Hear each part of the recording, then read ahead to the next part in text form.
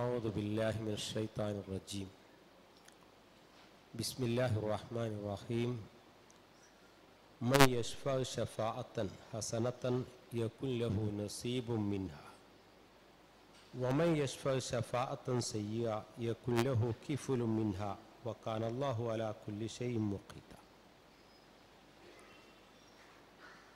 സ്നേഹ ബഹുമാനമുള്ളവരെ, സൂറത്ത് നിസായിലെ 85-ാമത്തെ വചനം.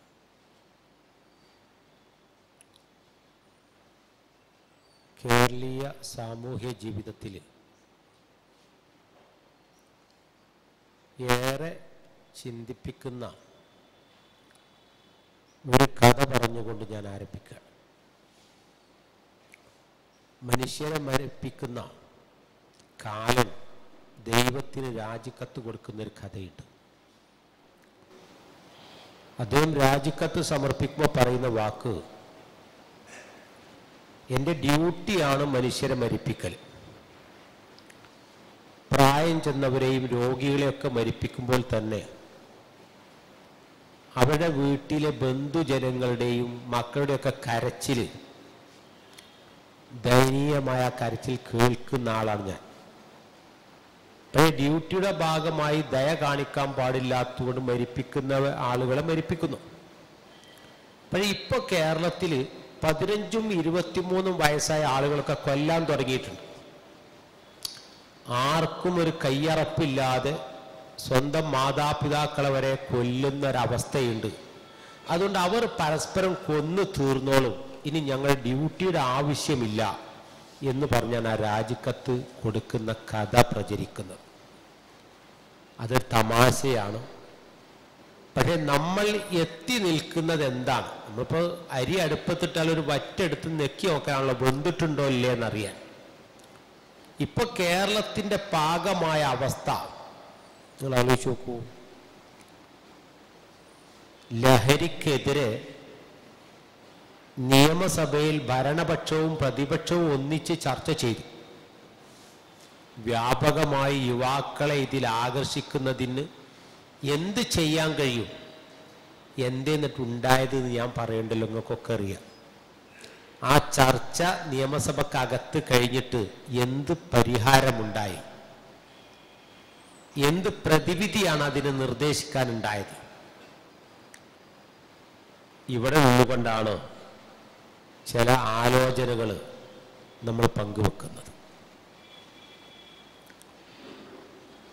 നമ്മളല്ലാത്ത ഒരുപാട് ജീവികൾ ഈ ലോകത്തുണ്ട്.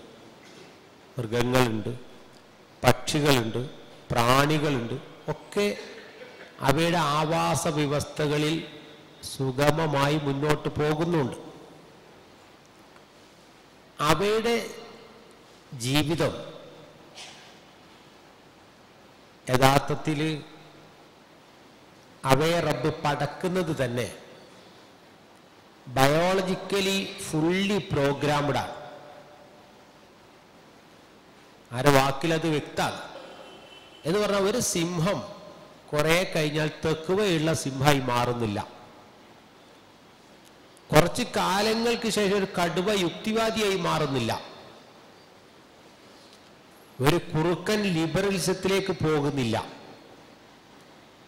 ഈ ജീവികളെയൊക്കെ പടച്ച അന്ന് മുതൽ അവ ആ സ്വഭാവവും ആ പ്രകൃതിയുമായി മുന്നോട്ട് പോകുന്നു. അതുകൊണ്ട് തന്നെ ഒരു സിംഹത്തിനും തന്നെ കുഞ്ഞ് തന്നെ തലക്കടിച്ച് കൊല്ലുമോ എന്ന് ഭയപ്പാടുമില്ല. താൻ പോറ്റി വളർത്തിയ കുഞ്ഞ് തൻ്റെ തലക്കടിച്ച് കൊല്ലു, എന്തിനാണ് എന്നെ കൊന്നത് എന്ന് പോലും അറിയാത്ത പരുവത്തിൽ മനുഷ്യൻ ആയിത്തീരുന്നൊരു ദയനീയ രംഗമുണ്ടല്ലോ. എന്നാൽ മനുഷ്യനെ പടച്ച റബ്ബ് മനുഷ്യനാവുക എന്നുള്ള ടാസ്ക് നമ്മൾ തന്നെ ഏറ്റെടുക്കേണ്ടതാണ്. നമ്മൾ ജനിക്കുമ്പോൾ തന്നെ പൂർണ്ണനായ നല്ല മനുഷ്യനായി മാറുന്നില്ല. ആ ടാസ്ക് നമ്മളാണ് ഏറ്റെടുക്കേണ്ടത്. അള്ളാഹു പറഞ്ഞു, ഓരോ മനുഷ്യരും ഭൂമിയിലേക്ക് ജനിച്ചു വീഴുമ്പോൾ ഫഅൽഹമഹ ഫുജൂറഹ വതഖ്വാഹ. നമ്മുടെ മനസ്സിൽ ഫുജൂറുണ്ട്, തഖ്വയുണ്ട്. ഇന്നാ ഹദൈനാഹു സബീല ഇമ്മാ ശാകിറൻ വ ഇമ്മാ കഫൂറൻ. രണ്ട് വഴികളുണ്ട്. ഏത് വഴി തെരഞ്ഞെടുക്കണമെന്ന് തീരുമാനിക്കേണ്ടത് നമ്മളാണ്. ആ തീരുമാനത്തിനനുസരിച്ചാണ് നമ്മുടെ ജീവിതത്തിൻ്റെ പ്രയാണമുണ്ടാകുന്നത്. യഥാർത്ഥത്തിൽ നിങ്ങൾ ആലോചിച്ച് നോക്കൂ, നമ്മൾക്ക് കിട്ടാത്ത സൗകര്യങ്ങൾ നമ്മുടെ മക്കൾക്കുണ്ടാവണം എന്ന് ആഗ്രഹിക്കുന്നവരാണ് നമ്മളൊക്കെ. മക്കൾക്കും ആ സ്വപ്നമുണ്ട്. നല്ല ശമ്പളത്തോടുകൂടിയുള്ള ജോലി വേണം, ഉയർന്ന വിദ്യാഭ്യാസം വേണം, ഉന്നതമായ ജീവിത സൗകര്യങ്ങൾ ഉണ്ടാവണം. ഇതൊന്നും ആഗ്രഹിക്കുന്നതും അതിനുവേണ്ടി പ്രവർത്തിക്കുന്നതൊന്നും തെറ്റല്ല. പക്ഷെ അത് കിട്ടിയില്ലെങ്കിൽ, താൻ ആഗ്രഹിച്ചത് നടക്കുന്നില്ല, താൻ പരാജയപ്പെട്ടു എന്ന് തോന്നിയാൽ ജീവിതം തന്നെ അവസാനിപ്പിച്ച് കളയുന്ന പരുവത്തിലേക്ക് മനുഷ്യന്റെ മനസ്സ് ദുസ്സഹമായി തീരുകയാണ്. ആർക്കും ഒരു പ്രയാസമില്ല. ഇപ്പോൾ കണ്ണൂർ യൂണിവേഴ്സിറ്റിയുടെ വൈസ് ചാൻസലറായിരുന്നൊരു വ്യക്തി അദ്ദേഹത്തിൻ്റെ കുടുംബത്തിലെ ഒരു വ്യക്തിയെക്കുറിച്ച് പങ്കുവെക്കുന്നുണ്ട്.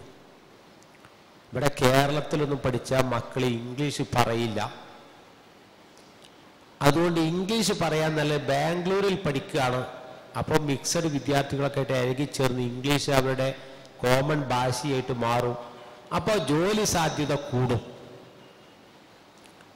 അങ്ങനെ അവിടെ പോയി ഹോസ്റ്റലിൽ നിന്ന് ലഹരിക്ക് അടിമപ്പെട്ട് അവിടുന്ന് തിരിച്ചു പോന്ന് അവസാനം അവരുദ്ദേശിച്ച ലഹരി കിട്ടാത്തതുകൊണ്ട് വാപ്പയെ കൊല്ലാൻ വേണ്ടി ശ്രമിച്ച് വാപ്പ പോലീസ് സ്റ്റേഷനിൽ അഭയം തേടിയതും അവസാനം വാപ്പയും മീൻകുഴി കല്യാണത്തിന് പോകുമ്പോൾ ഉമ്മയുടെ സാരി എടുത്ത് തൂങ്ങിയതും ആ വൈസ് ചാൻസലർ പങ്കുവെക്കുന്നുണ്ട്. തൻ്റെ കുടുംബത്തിലൊരു അംഗം നഷ്ടപ്പെട്ടു പോയത്.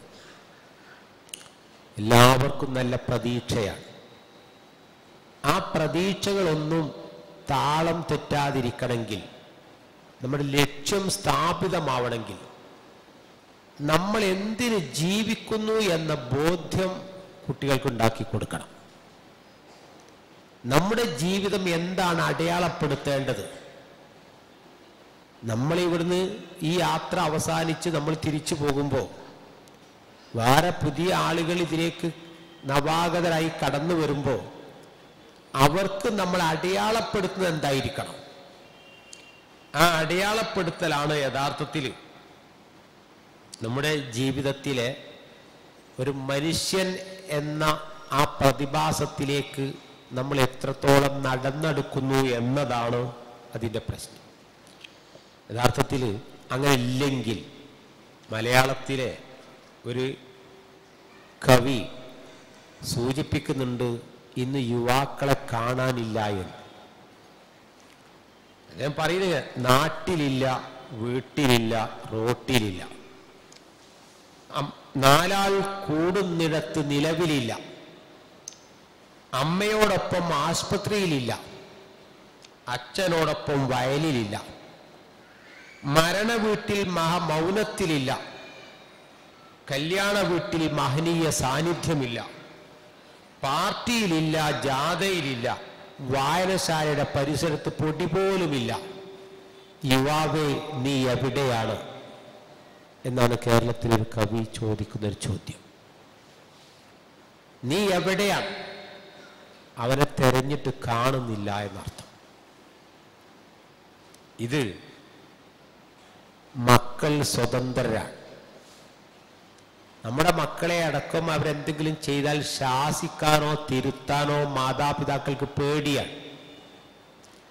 കാരണം അങ്ങനെ എന്തെങ്കിലും ചെയ്താൽ അവൻ എന്തെങ്കിലും കടുങ്കൈ ചെയ്യുമോ? അവൻ കാണുന്നതും കേൾക്കുന്നതൊക്കെ ഇത്തരം വാർത്തകളാണല്ലോ. അപ്പൊ ആ വാർത്തകളൊക്കെ അവനിലും പ്രതിഫലിക്കുമല്ലോ. അപ്പൊ അത്തരത്തിൽ ഒരു സ്വതന്ത്രമായി, എന്നാൽ നിങ്ങൾ ആലോചിച്ച് നോക്കൂ, മാതാപിതാക്കൾക്ക് നിയന്ത്രണമില്ലാത്ത മക്കൾ, മതസംഘടനകൾക്ക് നിയന്ത്രണമുണ്ടോ? ഇല്ല. കാരണം അവർക്ക് മതസംഘടനയുടെ പിളർപ്പും മതസംഘടനയുടെ ആഭ്യന്തര പ്രശ്നങ്ങളുമൊക്കെ അവർക്ക് സോഷ്യൽ മീഡിയയിലൂടെ അറിഞ്ഞപ്പോൾ അവർക്ക് ഇവരൊന്നൊരു മാതൃകയേ അല്ല. അവരെ കണ്ട് ആരെ കണ്ടിട്ട് അവർ മതത്തിലേക്ക് വരുന്നത്? പിന്നെ മഹല്ല് കമ്മിറ്റിക്ക് വല്ല പിടുത്തമുണ്ടോ? മഹല്ല് കമ്മിറ്റി ഇങ്ങനെ ഊരുവിലക്കാനൊന്നും കഴിയില്ല പഴയ കാലത്തെ പോലെ. കാരണം അവരുടെയും മക്കള് ഈ പാതയിലല്ല. അപ്പൊ അവര് സമ്പൂർണമായും സ്വതന്ത്രരാണ്. ആ സ്വതന്ത്രരായവരെ കാത്തിരിക്കാൻ സ്വതന്ത്ര ചിന്തകർ കേരളത്തിലെമ്പാടുമുണ്ട് താനും. ഔദ്യോഗികമല്ലെങ്കിലും ഞാൻ വായിച്ചൊരു റിപ്പോർട്ടിൽ 88 ലക്ഷമാണ് കേരളത്തിലെ മുസ്ലിങ്ങളെങ്കിൽ 4 ലക്ഷം ആളുകൾ ഇപ്പോൾ ലിബറൽ ചിന്താഗതിയുമായി മതത്തിൽ നിന്ന് പുറത്തു പോയവരാണ് എന്നാണ്. അതൊരു ഔദ്യോഗികമായ രേഖയല്ല, അതൊരു അനൗദ്യോഗികമായ ഇതിൽ ഞാൻ വായിച്ചെടുത്തതാണ്. അത്തരം ആളുകൾ ചെന്നു കഴിഞ്ഞാൽ അവരെ സ്വീകരിക്കാനും അവർക്ക് പേജുകളും സ്റ്റേജുകളും ഒരുക്കി കൊടുക്കാനും ആളുകളുമുണ്ട്. ഇവിടെയാണ് നമ്മൾ വളരുന്നത്. അതിലിടക്കാണ് നമുക്ക് ഈ റമളാൻ സമാഗതമാകുന്നത്. എന്താണത്? ഒരു മനുഷ്യന്റെ സർവ ഗുണസമ്പന്നനായൊരു മനുഷ്യനെ വാർത്തെടുക്കുകയാണ് നമ്മുടെ ഈ റമളാൻ. കാരണം ഞാൻ ജീവികളുടെ പ്രത്യേകത വാക്കിൽ പറഞ്ഞാലും ജീവികൾക്ക് അവരുടെ ശരീര കാമ മോഹങ്ങളെ നിയന്ത്രിക്കാൻ കഴിയില്ല. മനുഷ്യനെ നമ്മെ സംബന്ധിച്ചിടത്തോളം എൻ്റെ ആഹാരത്തെക്കുറിച്ച് ഞാൻ ചിന്തിക്കുക എന്നുള്ളത് ജൈവികമാണ്. ഇപ്പം നോമ്പ് തുറക്കുമ്പോഴേക്ക് എന്തൊക്കെയാണ് ഉണ്ടാക്കേണ്ടത്, എന്തൊക്കെ വാങ്ങണം, എന്തൊക്കെയാണ് ഭാര്യ ഏൽപ്പിച്ചത്, അത് ചിന്തിക്കുന്നത് സ്വാഭാവികമായും എൻ്റെ വിശപ്പുമായി ജന്തുലോകത്തിൽപ്പെട്ട ഒരാളെന്ന് നിൽക്കുക എൻ്റെ ആവശ്യമാണ്. പക്ഷെ അപരന്റെ വിശപ്പിനെ കുറിച്ച് ചിന്തിക്കുമ്പോഴാണ് ഞാൻ മാനവികതയിലേക്ക് ഉയരുന്നത്. റബ്ബേ, എനിക്കിപ്പോൾ ഉദ്ദേശിച്ച് വാങ്ങാനുള്ള ചുറ്റുപാട് എനിക്കുണ്ടല്ലോ, എൻ്റെ അയൽവശത്തെ അവസ്ഥ എന്താണാവോ? അപരന്റെ വിശപ്പിനെ കുറിച്ച് ചിന്തിക്കുമ്പോൾ നമ്മൾ ഒന്നുകൂടി മാനവികതയിലേക്ക് ഉയരും. അതിൽ തന്നെ ഒന്ന്, ഞാൻ വിശപ്പ് സഹിച്ചും അപരന്റെ വിശപ്പ് ഞാൻ ഊട്ടുകയാണെങ്കിലോ, അപ്പോൾ ആത്മീയതയുടെ മുന്നേറ്റത്തിലേക്ക് നമുക്ക് കടന്നു ചെല്ലാൻ കഴിയും. എൻ്റെ വിശപ്പ് മാറ്റിവെച്ചുകൊണ്ട്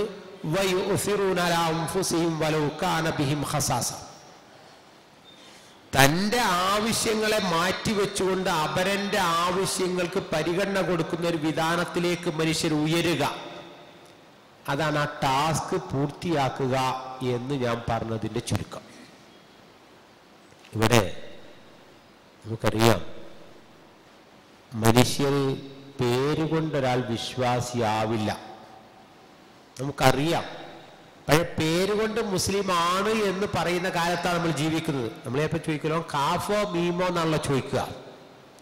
മീമാന്ന് പറഞ്ഞാൽ ഉള്ളിൻ്റെ ഉള്ളിൽ നിന്നൊരു സന്തോഷമാണ്, ആ മീമാണില്ലേ. പക്ഷെ നിങ്ങൾ ആലോചിച്ച് നോക്കൂ, നബി സല്ലല്ലാഹു അലൈഹി വസല്ലമയെ വാളുമായി കൊല്ലാൻ പോയ മനുഷ്യന്റെ പേര് ഉമറാണ്. പിന്നീട് നബിയുടെ അടുത്ത സന്തത സഹചാരിയായി മാറുമ്പോഴും പേര് മാറിയിട്ടില്ല, അപ്പോഴും ഉമർ ബിൻ ഖത്താബ് തന്നെയാണ്. നബിയുടെ മദീന ജീവിതത്തിൽ ഏറ്റവും കൂടുതൽ തുരങ്കം വെച്ച മനുഷ്യന്റെ പേര് അബ്ദുല്ലാഹി ഇബ്നു ഉബയ്യ് എന്നാണ്. പേര് അബ്ദുള്ളയാണ്. മക്കയിൽ നിന്ന് മദീനയിലേക്ക് നബിയെ വഴികാട്ടിക്കൊടുത്ത മുശ്രിക്കായ മനുഷ്യൻ അബ്ദുല്ലാഹി ഇബ്നു ഉറൈഖിത്ത, പേര് അബ്ദുള്ളയാണ്. പേരുകൊണ്ട് ഒരാൾക്ക് മോമിനാവാൻ കഴിയില്ല. ഇനി സ്ഥാനങ്ങളെ കൊണ്ട് കഴിയോ? ലൂത്ത് നബിയുടെയും പിതാവിനെ കുറിച്ച് ഇബ്രാഹിം നബിയുടെ പിതാവിനെ പറ്റിയും ലൂത്ത് നബിയുടെയും നൂഹ് നബിയുടെയും ഭാര്യമാരെ പറ്റിയും ഒക്കെ നമുക്കറിയാം. വലിയൊരു പ്രവാചകന്റെ ഭാര്യപദം അലങ്കരിച്ചിട്ടും അവർ സത്യനിഷേധികൾക്ക് ഉപമ പറയാനുള്ളവരാണ്. ഒരു പ്രവാചകന്റെ വാപ്പയായിട്ട് പോലും അദ്ദേഹം നരകത്തേക്കുള്ള ഇന്ധനമാണ് എന്നൊക്കെ നമ്മളെ പഠിപ്പിക്കുന്നത് വലിയ ആളുകളുടെ ചാരത്തിരുന്നത് കൊണ്ട് മാത്രം ഈമാൻ കരഗതമാവുകയില്ല. അത് നമ്മൾ നേടിയെടുക്കുക തന്നെ വേണം. അപ്പോൾ വലിയൊരു മുസ്ലിം തറവാട്ടിൽ, പേരുകേട്ട തറവാട്ടിൽ ജനിച്ചു വളർന്ന മക്കൾ മൂമിനായിക്കൊള്ളണമെന്നില്ല. അവർ നിങ്ങളുടെ പേര് കൊണ്ട് ആ പേരിൻ്റെ ഐഡന്റിറ്റിയിൽ മുന്നോട്ട് പോകുന്നു എന്നല്ലാതെ അവർക്ക് ആ പേരുമായും അതിൻ്റെ അടയാളപ്പെടുത്തൽ അഥവാ ഇസ്ലാമിനെ അടയാളപ്പെടുത്തുക എന്നുള്ളതും അവരെ സംബന്ധിച്ചിടത്തോളം വലിയൊരു പ്രശ്നമായി അവർക്ക് തോന്നുന്നേയില്ല. ഇവിടെയാണ് നമ്മൾ ആലോചിക്കേണ്ടത്. നബി കരീം സല്ലല്ലാഹു അലൈഹി വസല്ലം പറഞ്ഞു, മനുഷ്യർ ഒരു സർവഗുണസമ്പന്നനായി മാറിക്കഴിഞ്ഞാൽ, ഒരു മുത്തഖിയായി, മുഹ്സിനായി, മുഅ്മിനായി മാറിക്കഴിഞ്ഞാൽ അവൻ്റെ അവസ്ഥ പറയുന്നുണ്ട്. കുന്തു സംഅഹു അല്ലദീ യസ്മഉ ബിഹി വബസറുഹു അല്ലദീ യുബ്സിറു. പിന്നെ അങ്ങനെ ഓരോന്നോരോന്ന് വിശദീകരിച്ച് പോകുന്നുണ്ട്. അവൻ്റെ കേൾവി ഉണ്ടല്ലോ, അള്ളാഹുവിൻ്റെ കേൾവിയായി മാറും. അവൻ്റെ കാഴ്ചയുണ്ടല്ലോ, അള്ളാഹുവിൻ്റെ കാഴ്ചയായി മാറും. കാരണം മനുഷ്യൻ നന്നായി തീർന്നു കഴിഞ്ഞാൽ സൽപാത കണ്ടെത്തുകയും നേരായ വഴി എന്താണെന്ന് തിരിച്ചറിയുകയും അതിന് സ്വയം സമർപ്പണത്തിന് സന്നദ്ധനാവുകയും ചെയ്തു കഴിഞ്ഞാൽ ആ മനുഷ്യൻ്റെ കണ്ണുകളും കാതുകളും അള്ളാഹുവിൻ്റെ കണ്ണും കാതുമായി മാറും. അവൻ്റെ കൈകളെക്കുറിച്ചും കാലുകളെക്കുറിച്ചുമൊക്കെ അപ്രകാരം വിശദീകരിക്കുന്നുണ്ട്. എന്താണ് ആ പറഞ്ഞത്? ഇപ്പോൾ നമ്മളൊരാളെ അടയാളപ്പെടുത്തുക എങ്ങനെയാണ്? ഒരാൾ 5 വക്തും പള്ളിയിൽ നിസ്കരിക്കാൻ വരുന്നുണ്ടെങ്കിൽ നമ്മൾ അവനെ കുറിച്ച് പറയും, ഒന്നും കൂടി സുബൈക്ക് പള്ളിയിൽ ഉണ്ടായിരുന്നല്ലോ.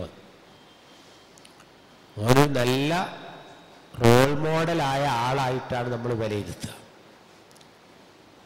മതത്തിന് 2 വശങ്ങളുണ്ട്. ഒന്ന് ആരാധനയുടെ വശങ്ങൾ. ഇപ്പം നിങ്ങൾ അയച്ചു, ഇപ്പോൾ റമദാൻ ആയതിൻ്റെ ശേഷം നമസ്കാരം, പ്രാർത്ഥന, നമസ്കാരം തന്നെ സുന്നത്ത് നമസ്കാരങ്ങളൊക്കെ അധികരിപ്പിച്ച് തഹജ്ജുദും ഖിയാമുൽ ലൈലും വിത്റും അങ്ങനെ പിന്നെ റവാത്തിബ് സുന്നത്തുകളും ഒക്കെ അനുഷ്ഠിച്ചും പ്രാർത്ഥിച്ചും ധർമ്മം കൊടുത്തു എല്ലാവരുടെയും ആരാധനാ മേഖലകൾ സജീവമാണ്. എന്നാൽ നമ്മളിപ്പോൾ ചോദിക്കുക, നോമ്പ് ഇത്രണ്ണം പിന്നിലായല്ലോ, നിങ്ങൾക്ക് ജീവിതത്തിൽ അള്ളാഹുമായി നല്ല ബന്ധമുണ്ടായോ? നിങ്ങൾക്ക് തഖ്വയിൽ വർധനവുണ്ടായോ? അപ്പൊ തഖ്വയുടെ വർധനവാണ് ഈ ആരാധനകളിൽ ശുഷ്കാന്തി വരുന്നതും നഷ്ടപ്പെടാതിരിക്കാൻ വ്യഗ്രത കാണിക്കുന്നതും ഓരോന്നും അതിൻ്റെ ജമായത്ത് കിട്ടാൻ വേണ്ടി കഷ്ടപ്പെട്ട് വരുന്നതൊക്കെ അതിൻ്റെ ഒരു ഭാഗമാണ്. അതോടൊപ്പം ഒരു മറുഭാഗമുണ്ട്. മനസ്സിലെ പകയും അസൂയയും വിദ്വേഷങ്ങളും പാരയും സ്വാർത്ഥതയും അത് നീങ്ങിപ്പോകണമെങ്കിൽ ഖുർആനുമായി നമ്മൾക്ക് ബന്ധമുണ്ടാവണം. നമ്മൾ ഖുർആൻ ഓതും. നമ്മളിപ്പോൾ ആളുകൾ ഒരു ഖത്തം തീർന്നു എന്നാ പറയാം, ഒരു ഖത്തം കഴിഞ്ഞു എന്നാ പറയാം. കഴിയുന്നതല്ലേ നമുക്ക് വേണ്ടത്, നിലനിൽക്കേണ്ടതാ വേണ്ടത്. 5 ഖത്തം തീർന്നിട്ട് എന്താ കാര്യം? തീരാൻ പാടില്ല. 5 ഖത്തം നിലനിൽക്കണം. ആ നിലനിൽക്കണമെങ്കിൽ എന്ത് വേണം? ഖിറാത്ത് മാത്രം പോരാ, തിലാവത്ത് വേണം. അപ്പം ഞാൻ സൂചിപ്പിക്കുന്നത് എന്താ വെച്ചാൽ, ഈ തലമുറയെ മാറ്റിയെടുക്കണം എന്ന് നമ്മൾ ആഗ്രഹിക്കുന്നുവെങ്കിൽ, നമ്മൾക്ക് തിരിച്ചറിവുള്ള ഒരു സമൂഹത്തിൻ്റെ മുമ്പിൽ തേര് തെളിയിക്കണമെങ്കിൽ നമ്മൾ ചെയ്യേണ്ടത് എന്താണെന്ന് വെച്ചാൽ, അവർക്ക് ഖുർആൻ ഒരു ആശയപ്രപഞ്ചമാണ് എന്നും അതിനെ സമർപ്പിക്കാൻ സന്നദ്ധരായ ആളുകൾ ഉണ്ട് എന്നതും അത് പഠിച്ചെടുക്കേണ്ടതാണ് എന്ന് നമ്മുടെ മക്കളെ നമുക്ക് ബോധ്യപ്പെടുത്താൻ കഴിഞ്ഞാൽ, അതല്ലാത്ത ഒരു പരിഹാരവും, അതുകൊണ്ടാണ് ഞാൻ പറഞ്ഞത്, ഭരണപക്ഷവും പ്രതിപക്ഷവും കൂടിയാലും ഈ പ്രശ്നങ്ങൾക്ക് പരിഹാരമുണ്ടാക്കാൻ കഴിയില്ല. കാരണം നബി കരീം സല്ലല്ലാഹു അലൈഹി വസല്ലമ നിങ്ങൾ ആലോചിച്ച് നോക്കൂ, അവിടെ മദ്യത്തിൻ്റെയും അതുപോലെ തന്നെ പെൺവാണിഭങ്ങളുടെയും ഒക്കെ അധാർമികതകളുള്ള നാട്ടിലാണ് റസൂലുള്ളാഹി ജനിച്ചത്.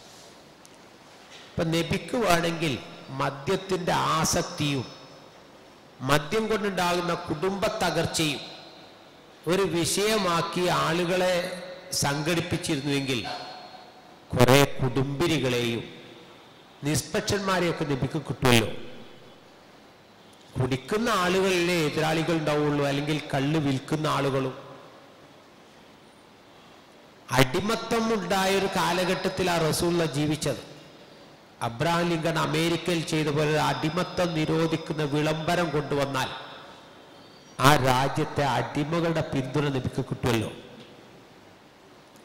അപ്പം നബി സല്ലല്ലാഹു അലൈഹി വസല്ലമ ആകെ ജനങ്ങളെ പഠിപ്പിച്ചത് ഖൂലു ലാ ഇലാഹ ഇല്ലല്ലാഹ് തുഫ്ലിഹു എന്നാണ്. ഈ മനുഷ്യന്മാരോടൊക്കെ പറഞ്ഞ വാക്ക് ലാ ഇലാഹ ഇല്ലല്ലാഹ് പറയുക, എങ്കിൽ നിങ്ങൾ ജേതാക്കളായിത്തീരും. അത്തരം ഒരവസ്ഥയിലേക്ക് അവരിങ്ങനെ വിശ്വാസം എന്താണ് എന്നും വിശ്വാസത്തിൻ്റെ മാധുര്യവും വിശ്വാസം അനുഭവിക്കുക എന്ന് പറഞ്ഞപ്പോൾ ആലോചിച്ച് നോക്കൂ, അശ്ഹദു അല്ലാ ഇലാഹ ഇല്ലല്ലാഹു അശ്ഹദു അന്ന മുഹമ്മദ് റസൂലുള്ളാഹി നമ്മൾ പറയുന്നത്, നമ്മൾ പറയല്ലോ ഫഇലം, അറിഞ്ഞുകൊണ്ട് പറയണമെന്നാണല്ലോ. യഥാർത്ഥത്തിൽ നമസ്കാരവും നോമ്പും സക്കാത്തും ഹജ്ജും ഒന്നും നാവുകൊണ്ട് പറഞ്ഞാൽ പോരല്ലോ, അത് ചെയ്യണല്ലോ. ചെയ്യാതെ സക്കാത്തിന്റെ പ്രാധാന്യത്തെക്കുറിച്ച് മണിക്കൂറുകൾ പ്രസംഗിച്ചുകൊണ്ട് സക്കാത്ത് കൊടുത്ത കൂലി കിട്ടൂലല്ലോ, അത് സക്കാത്ത് തന്നെ കൊടുക്കണ്ടേ. അതുപോലെ തന്നെയാണ് ഈ ഷഹാദത്ത് കലിമക്ക് വേണ്ടി ജീവിതം സമർപ്പിക്കുമ്പോൾ ആ മാധുര്യാണ് നുകർന്നു കഴിഞ്ഞാൽ അവർ ചോദിക്കുന്നൊരു ചോദ്യം ഉണ്ടല്ലോ, നബിയെ ഞാൻ ഈ യുദ്ധത്തിലാണ് രക്തസാക്ഷിയായാൽ ഫഅൈന അന, ഞാൻ എവിടെയായിരിക്കും? സ്വർഗത്തിലായിരിക്കും എന്ന് നബി പറഞ്ഞു കൊടുത്തപ്പോൾ പിന്നെ ഈ കാരക്ക തിന്നിട്ട് സമയം കളയുന്നത് എന്തിന് എന്ന് ചോദിക്കുന്ന ഒരു സമർപ്പണമുണ്ടല്ലോ. അത് ഭൗതികമായി നോക്കുമ്പോൾ നഷ്ടാണല്ലോ. മക്കളൊക്കെ അനാഥരായി, ഭാര്യ വിധവയായി, ജീവിതത്തിൽ ആശ തീരാത്ത മനുഷ്യരൊക്കെ പോയിട്ട് മതരംഗത്ത് യുദ്ധം ചെയ്തൊക്കെ പോവാന്നൊക്കെ പറഞ്ഞ നിങ്ങൾ ആലോചിച്ച് നോക്കൂ, അതൊരു വലിയ നഷ്ടല്ലേ. പക്ഷെ ആ നഷ്ടം ലാഭമായി തോന്നുന്നത് റബ്ബിനെ കുറിച്ചുള്ള അവരുടെ പ്രത്യാശയാണ്. ആ പ്രത്യാശ നഷ്ടപ്പെടുമ്പോഴാണ് ആയുധം നഷ്ടപ്പെട്ട പടയാളിയായി നമ്മൾ മാറുന്നത്. ആ പ്രതീക്ഷയാണ് നമ്മുടെ മക്കൾക്ക്. അതുകൊണ്ടാണ് ഈമാൻ കാര്യങ്ങൾ പഠിപ്പിക്കുമ്പോൾ നമ്മൾ പഠിക്കുന്നുണ്ടല്ലോ, ഖൈരിഹി വ ശർരിഹി മിനല്ലാഹി തആല, അതൊക്കെ അങ്ങനെ കാണാതെ പഠിച്ചു പോവുക നമ്മൾ. ഖൈറും ഷർറും അല്ലാഹുവിൽ നിന്നാണ്. എന്നാൽ ഷർറ് വരുമ്പോൾ ആളുകൾക്ക് അതിന് ഉൾക്കൊള്ളാൻ കഴിയാത്തത് എന്തുകൊണ്ടാണ്? ഇതാ ഞാൻ പറഞ്ഞത്. ഇപ്പോൾ നമ്മൾ അള്ളാഹുവിനെ കുറിച്ചുള്ളൊരു ബോധ്യം ഉള്ളത് കൊണ്ടും അല്ല, ഇസ്ലാമിൽ പട്ടിണി കിടക്കൽ പുണ്യമുള്ള പ്രവൃത്തി അല്ലല്ലോ. പട്ടിണി കിടക്കുന്നത് ഇസ്ലാമിൽ പുണ്യപ്രവർത്തനമല്ല, പട്ടിണി മാറ്റലാണ് ഇസ്ലാമിൽ പുണ്യം. പല തെറ്റുകൾക്കും ഇസ്ലാം പ്രതിവിധി വെച്ചത് ഭക്ഷണം കൊടുക്കലാണ്. 10 ആൾക്കും 60 ആൾക്കും ഒക്കെ ഭക്ഷണം കൊടുക്കലാണ്. നോമ്പ് തന്നെ നോൽക്കാൻ കഴിയാത്തവന്റെ പ്രതിവിധി എന്താ? ഒരാൾക്കുള്ള ഭക്ഷണം കൊടുക്കലാണ്. അപ്പൊ നമ്മൾ പട്ടിണി കിടക്കുന്നത് നമുക്ക് നിയന്ത്രിക്കാൻ കഴിയും. ജീവികളുടെ വിധാനത്തിൽ നിന്ന് മനുഷ്യന്റെ വിധാനത്തിലേക്ക് ഉയരാൻ എന്തും നിയന്ത്രിക്കാൻ നമ്മൾ ശീലമാവുകയാണ്. ആ ശീലത്തിലാണ് നമ്മൾക്ക് നമ്മുടെ വിശ്വാസത്തിന്റെ കരുത്തുകൊണ്ടാണ്. അപ്പോൾ നിങ്ങൾ ആലോചിച്ച് നോക്കൂ, നമ്മൾ കഴിച്ച അത്താഴത്തിന്റെ കരുത്തുകൊണ്ടല്ലല്ലോ ഈ നേരത്തെ നമ്മൾ നിൽക്കുന്നത്. ഈ നേരത്തെ ക്ലാസ് എടുക്കുന്നത് രാവിലെ കഴിച്ചൊരു കട്ടൻ കാപ്പിന്റെ അല്ലെങ്കിൽ ഒരു ചായന്റെ ബലം കൊണ്ടല്ലല്ലോ ഈ ക്ലാസ് എടുക്കുന്നത്. നിങ്ങൾ ആലോചിച്ച് നോക്കി, ഒരു 5 മണിക്കൊരു ഗ്ലാസ് ചായ കുടിച്ചു 2 കാരക്കയും കഴിച്ചതിന്റെ ബലത്തിൽ ഈ ക്ലാസ് എടുക്കാൻ കഴിയുന്നു നിങ്ങൾക്ക് തോന്നുന്നുണ്ടോ? ഇല്ല. ഇത് ഒരു ഗ്ലാസ് അല്ല, ഇത് 3ാമത്തതാ. അപ്പൊ ഞാൻ സൂചിപ്പിക്കണം എന്താന്ന് വെച്ചാൽ, നമ്മൾക്ക് ഈമാനിന്റെ ഒരു ശക്തിയുണ്ട്. അള്ളാഹു നമുക്ക് നൽകുന്ന ഒരു കരുത്ത്. ആ കരുത്ത് നമുക്ക് ഇപ്പൊ നിങ്ങൾ ആലോചിച്ച് നോക്കൂ, ഞാനിങ്ങനെ പലതും പറയുന്നത് ഒക്കെ കൂട്ടി യോജിപ്പിക്കേണ്ടത് നിങ്ങളാ. നോക്കൂ, വിവാഹം ചെയ്യാൻ കഴിയാത്തവരോട് റസൂല് പറഞ്ഞത് വിവാഹം ചെയ്യാൻ ഈ നോമ്പെടുക്കാനാണല്ലോ. ഒരു മഹർ കൊടുത്ത് കല്യാണം ചെയ്യാത്തവന് പരിഹാരം പറഞ്ഞത് നോമ്പെടുക്കുക. വസ്സവും വിജാവും, നോമ്പൊരു പരിചയമാണെന്നും പറഞ്ഞു. ആലോചിച്ച് നോക്കിയ, നോമ്പ് രാത്രിയിലില്ലല്ലോ. നമുക്കിപ്പോൾ ഈ സ്ത്രീ ഇതുമായി ബന്ധപ്പെട്ട ചിന്തകളൊക്കെ ആളുകൾക്ക് വരെ രാത്രിയാണല്ലോ. രാത്രിയിൽ ഈ ചിന്ത വരുമ്പോൾ നോമ്പില്ലാനോ. പകല് നോമ്പെടുത്തപ്പോൾ രാത്രി ഇപ്പം എന്താക്കുക? രാത്രി ഇപ്പൊ കല്യാണം ചെയ്യാത്തവരോ നോമ്പില്ലല്ലോ, നോമ്പ് പകലല്ലേ ഉള്ളൂ. പഴയ പകലെടുത്ത നോമ്പിന്റെ എഫക്റ്റ് രാത്രിയിലേക്ക് ഉണ്ടാവണം എന്നാണല്ലോ പറഞ്ഞതിന് അർത്ഥം. ഉണ്ടോ? റമദാൻ മാസത്തിലെ നോമ്പിന്റെ എഫക്റ്റ് അടുത്ത കൊല്ലത്തേക്ക് നിലനിൽക്കണല്ലോ, ഉണ്ടാവുമോ? അപ്പൊ അവിടെയാണ് അള്ളാഹുമായുള്ള വിശ്വാസത്തിന്റെ ദൃഢത. അത് നമ്മൾക്കുണ്ടാകുമ്പോഴേ നമ്മുടെ ജീവിതത്തിൽ തവക്കുൽ, അതുപോലെ തന്നെ ഖദർ ഖദാലുള്ള വിശ്വാസമൊക്കെ മക്കൾക്ക് പകർന്നു കൊടുക്കുക. ഉപദേശങ്ങളല്ല, ജീവിതത്തിലൂടെ അത് അവർക്ക് അനുഭവിക്കാൻ കഴിയണം. ആ അനുഭവിക്കാൻ കഴിയുമ്പോൾ അതിന് വല്ലാത്തൊരു മാധുര്യം ഉണ്ടാവും. ഞാനൊരു അനുഭവം പറയാം. ജിദ്ദയിൽ ഒരു പാകിസ്ഥാനികളൊക്കെ അധിവസിക്കുന്ന ഒരു സ്ഥലത്ത് ഒരു നിസ്കാരപ്പള്ളി, ഇശാ നമസ്കാരം കഴിഞ്ഞ് പള്ളിയിൽ നിന്ന് ആളുകളൊക്കെ പോയി തുടങ്ങിയപ്പോൾ ഒരു മനുഷ്യൻ പള്ളിയിൽ നിന്ന് പൊട്ടിക്കരഞ്ഞു. ആളുകൾ പോകാത്ത കൊണ്ട് ഇറങ്ങിയ ആളുകൾ തിരിച്ചൊരു മനുഷ്യൻ വലിയ താടി വെച്ച ഒരു 19 വയസ്സ് പ്രായം തോന്നിക്കുന്ന ഒരു മനുഷ്യൻ വിതുമ്പിക്കരയാണ്. അപ്പൊ അയാളോട് ചോദിച്ചു, എന്തിനങ്ങൾ കരയുന്നത്, എന്തെങ്കിലും പ്രശ്നം എന്താണ്? അപ്പം അയാൾ പറഞ്ഞു, നാളെ ലാസ്റ്റ് ഡേറ്റാണ്, എൻ്റെ നാട്ടിൽ ഞാൻ പൈസ കൊടുക്കേണ്ടത്, പൈസ കിട്ടിയിട്ടില്ല. അപ്പം റബ്ബിനോട് ഞാൻ ചോദിക്ക, റബ്ബെ പരിഹാരം ഉണ്ടാക്കണം. കാരണം എൻ്റെ റബ്ബിന് അറിയാലോ എൻ്റെ കടം. അത് കേട്ട് കയറി വന്നൊരു അറബി ചോദിച്ചു, സൗദിയിൽ എത്ര റിയാലാണ് നിങ്ങളുടെ കടം? അയാൾ കാറിൽ പോയി ബ്രീഫ് കേസ് എടുത്ത് അയാളുടെ കാശാണ് കൊടുത്തു. ബാങ്കിൽ അയച്ച് കടം വീട്ടിക്കാളിന്നാണ്. എന്നിട്ട് അയാളെ പിന്നെ വിസിറ്റിംഗ് കാർഡ് കൊടുത്തു. ഇയാൾക്ക്, നിങ്ങൾക്ക് എൻ്റെ ആവശ്യമുണ്ടെങ്കിൽ നിധിയിൽ വിളിച്ചോളി. അയാൾ പറഞ്ഞു, വേണ്ട, കാർഡ് വേണ്ട.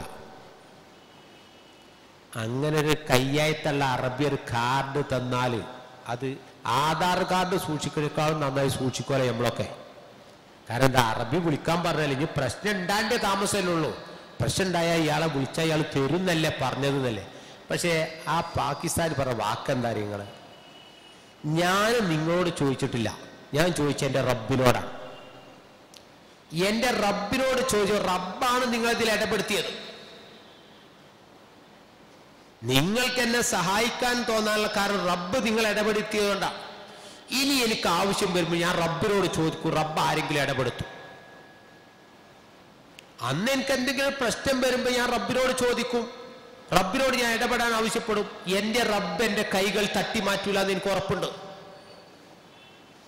ആ പറയുമ്പോ ആ മനുഷ്യന്റെ വിശ്വാസത്തിന്റെ ശക്തി ഒന്ന് ആലോചിച്ച് നോക്കി നിങ്ങൾ. ഇനിയിപ്പോ അത് വാങ്ങാൻ ഞാൻ നന്ദി കാർഡാവോ? ഇനിയിപ്പോ ചോദിക്കൊന്നും വേണ്ടെങ്കിലും വാങ്ങി വെക്കാന്നെങ്കിലും തോന്നണ്ടേ?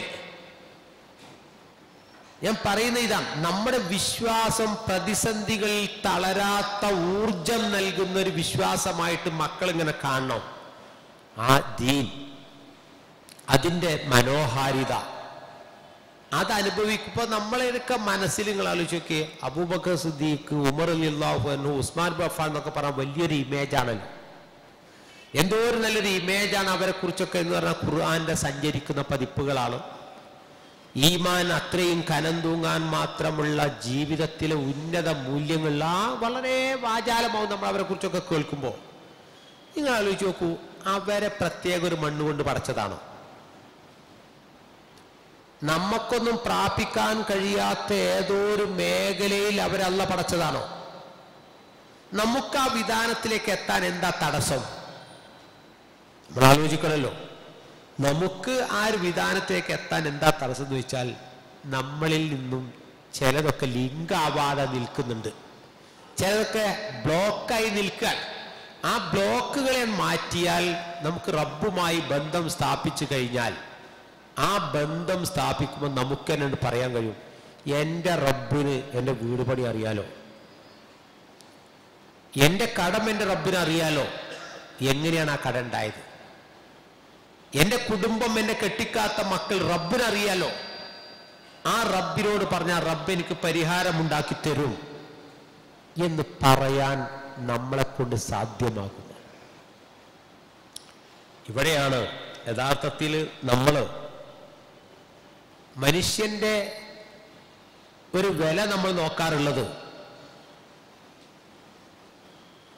തടിയും തൂക്കവും നോക്കിയിട്ടല്ലല്ലോ. കാലിച്ചന്തയിൽ ഒരു ഉരുവിന്റെ വില തടിയും തൂക്കവും നോക്കിയിട്ടാ. 2 കിൻഡൽ ഇറച്ചി ഇങ്ങക്കാണ്ട് കൊടുക്കാണ്ടാവും എന്നൊക്കെ പറയുമ്പോൾ ആ കാലിച്ചന്തയിൽ അതിന് വില കൂടും. മനുഷ്യന്റെ വില നിലപാടുകൾ നോക്കിയിട്ടാണ്.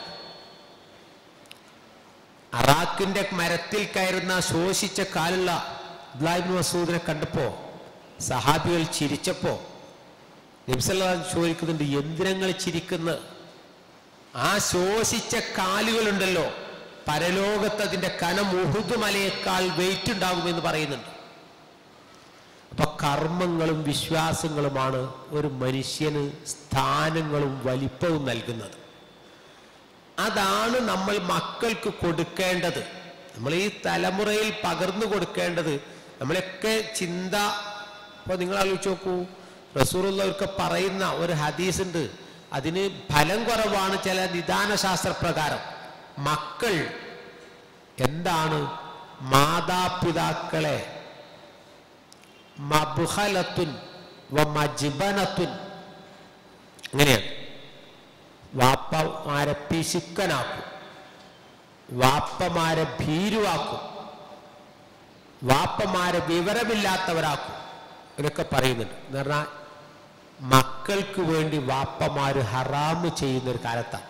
ജീവിതത്തിൽ പലിശയുടെ ഒരു കെണിയിലും പെടാത്ത വാപ്പ, പലിശയുടെ പുകയും ഏൽക്കാത്ത വാപ്പ, മക്കൾക്ക് ഉദ്ദേശിച്ച സ്ഥലത്ത് പഠിപ്പിക്കാൻ ലോൺ എടുക്കാൻ വേണ്ടി വാപ്പ പോകും. അല്ലാഞ്ഞാൽ ഇപ്പോഴത്തെ കാലത്ത് പിടിച്ചു നിൽക്കാൻ കഴിയില്ല എന്നാ പറയാം. അല്ലാഹ് പറഞ്ഞല്ലോ, നിങ്ങളുടെ മക്കളിൽ എന്തുണ്ട്? നിങ്ങളുടെ മക്കളിൽ നിങ്ങൾക്ക് ശത്രുക്കളുണ്ട്, മക്കളിൽ ഫിത്നയുണ്ട്. ഇത് നമ്മോട് പറഞ്ഞത് കൂടുതൽ ജാഗ്രതയുള്ളവരായി തീരാനാണ്. ആ ജാഗ്രതയുള്ളൊരു ജീവിതം നമ്മൾ നയിക്കുമ്പോഴാണ് നമ്മൾ ആലോചിക്കേണ്ടത്, നമ്മുടെ ജീവിതം ഇവിടുന്ന് അടയാളപ്പെടുത്തി പോകുമ്പോൾ, ഞാൻ പറഞ്ഞല്ലോ, ഞാൻ ഓതി വെച്ച ആയത്തതാ,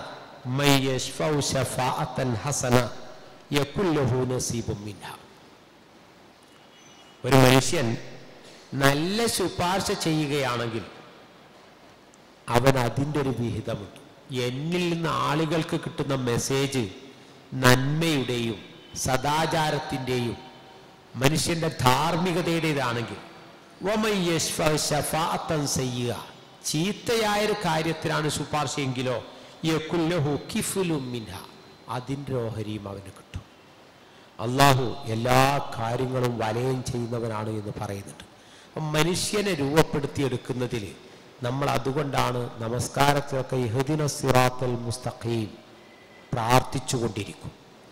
ഈ സിറാത്തുൽ മുസ്തഖീമിൽ ഞങ്ങൾ ഉറപ്പിച്ച് നിർത്തണേ എന്ന് ആവർത്തിച്ച് പ്രാർത്ഥിക്കാനുള്ള കാരണം, ജീവിത സാഹചര്യങ്ങൾ അധാർമികതയുടെ വേലിയേറ്റമാണ്.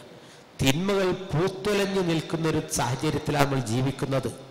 ആ പൂത്തുലഞ്ഞു നിൽക്കുന്ന തിന്മകളെ മാടി വിളിക്കുന്ന സാഹചര്യത്തിൽ പ്രതിരോധിച്ച് നിൽക്കാനുള്ള ഈമാൻ നമുക്കും നമ്മുടെ കുടുംബത്തിനും ഉണ്ടാവാൻ, ഇത്തരം ഈമാനിലൂടെ പ്രചോദനം ഉൾക്കൊണ്ടുകൊണ്ട് വിശ്വാസത്തിൻ്റെ കരുത്ത് വർദ്ധിപ്പിക്കുക. പടച്ച റബ്ബ് എല്ലാ അർത്ഥത്തിലും വിജയം പ്രദാനം ചെയ്യുമാറാകട്ടെ. റബ്ബന ആതിന ഫിദ്ദുനിയ ഹസന വഫിൽ ആഖിറതി ഹസനതൻ വഖിന അദാബന്നാർ.